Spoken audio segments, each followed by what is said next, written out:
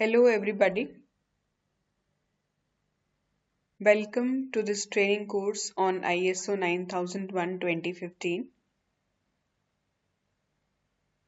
The course is being conducted by The Apprentice. The Apprentice is a learning and development organization based out of Gurgaon.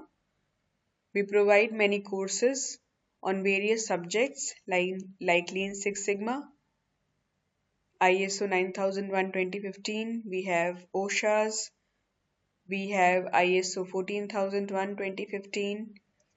There are courses on soft skills and pharma as well. Today's topic of discussion is ISO 9001:2015. This is a new standard that has come up, and many organizations are trying to implement this standard in their organizations, in their organization. So let's begin.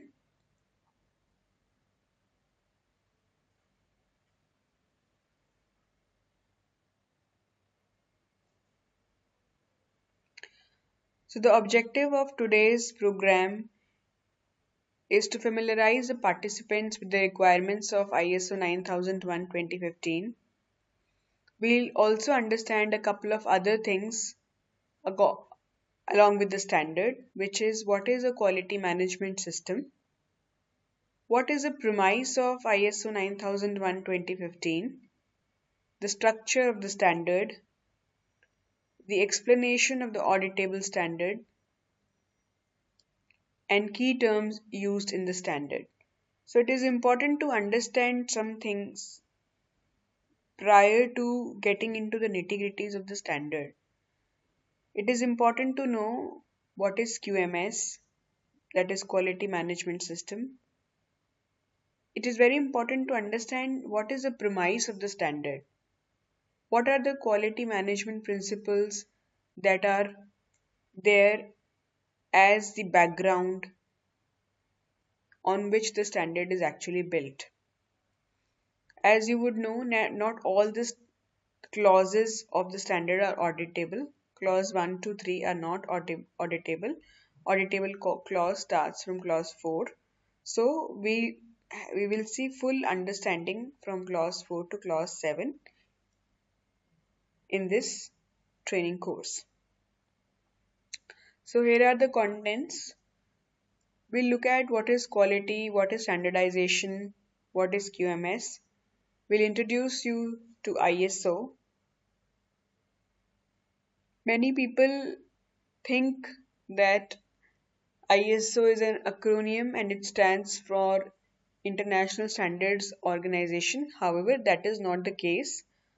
ISO is a Greek word and it means similar or same. It's not an acronym as understood by many people. Of course, we'll introduce you to ISO 9001:2015. We'll talk about the quality management principles. It is very important to understand these quality management principles.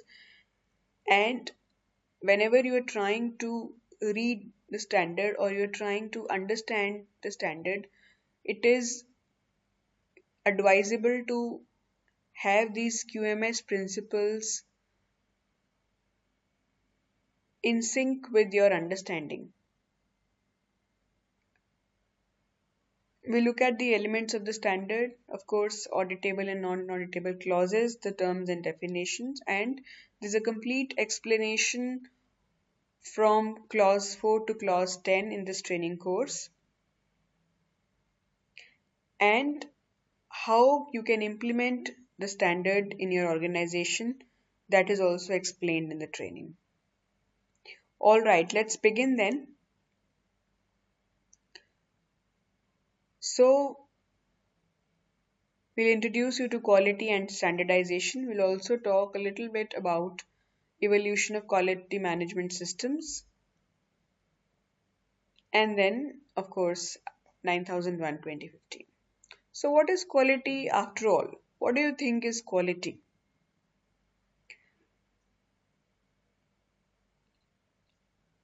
The gurus of quality have defined quality in various ways, and the definition of quality has also been changing since the time of Juran and Crosby.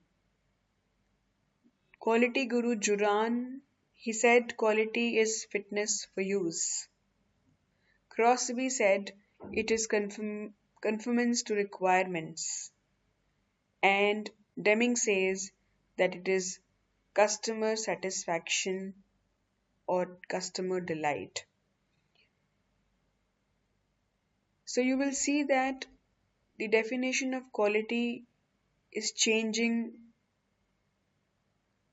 and now we talk about delighting the customer, customer loyalty, rather than just talking about fitness for use and conformance to requirements. So let's dive a little deep and see what is customer satisfaction or customer delight. So we can talk a little more on this concept because this is important to understand. Why we are not saying that it is fitness for use? It's because I'm not undermining what Juran said, but as time passes by, we see that a lot of things are fit for use. The customers, do they just want fitness for use, or they want to be delighted by the product that we sell? That's the point. So, what is customer satisfaction? The definition is it is defined as the degree to which a customer's requirements have been fulfilled. So, we can say satisfaction is performance divided by expectation. So, how a product is performing vis a vis the expectation that is there from that particular product. So, if the performance is more than the expectation, satisfaction is huge. It is actually delight for the customer. If it's matching, then the customer is satisfied. But if the performance is less than the expectation, then the customer is dissatisfied. So, as quality professionals or people who are supplying goods to the customer, need to know what is the expectation of the customer and how their product is performing with respect to the expectation. So, what is standardization? Standardization is a process of developing and agreeing upon the standards. In a typical automotive industry, the automotive, the OEs, the original equipment manufacturers, they give certain specifications to their vendors, and then those vendors, they meet those specifications.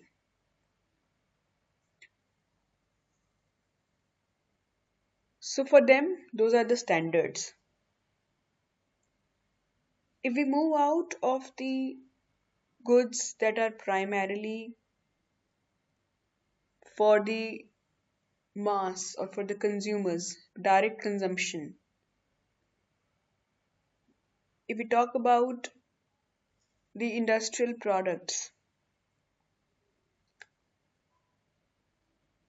then it is important that there are certain standards defined and agreed upon so that there is a benchmark available, and going back we know that what is expectation and what is performance. So primarily the expectation translates into standardization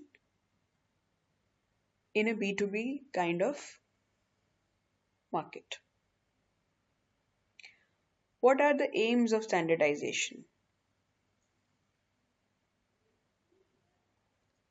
Why do we have it?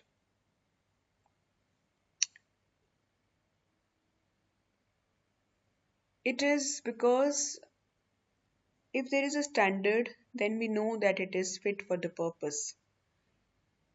If there is standardization, we can use certain products interchangeably.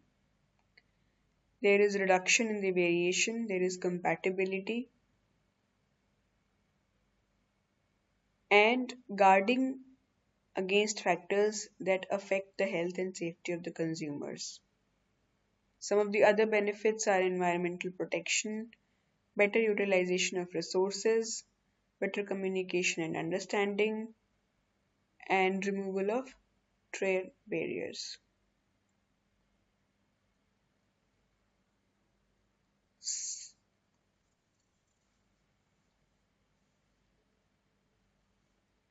What is a standard?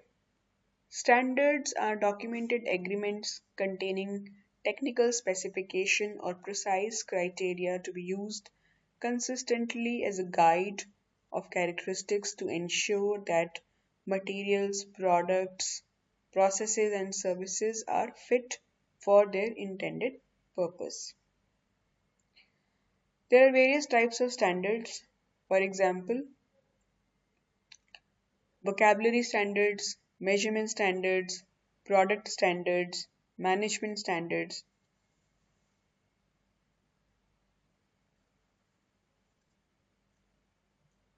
So you can read through what all these standards are, and if you want to do the complete course, log on to our website, which is www.theapprentice.com. There is a double I in the apprentice, and you can do the full course at our website. The process of registration is very simple. You can log on to the website and log in using your email ID. You have to register with us, which is a very simple process, or you can use your LinkedIn or Google Plus account as well. So, thank you. Thank you for listening.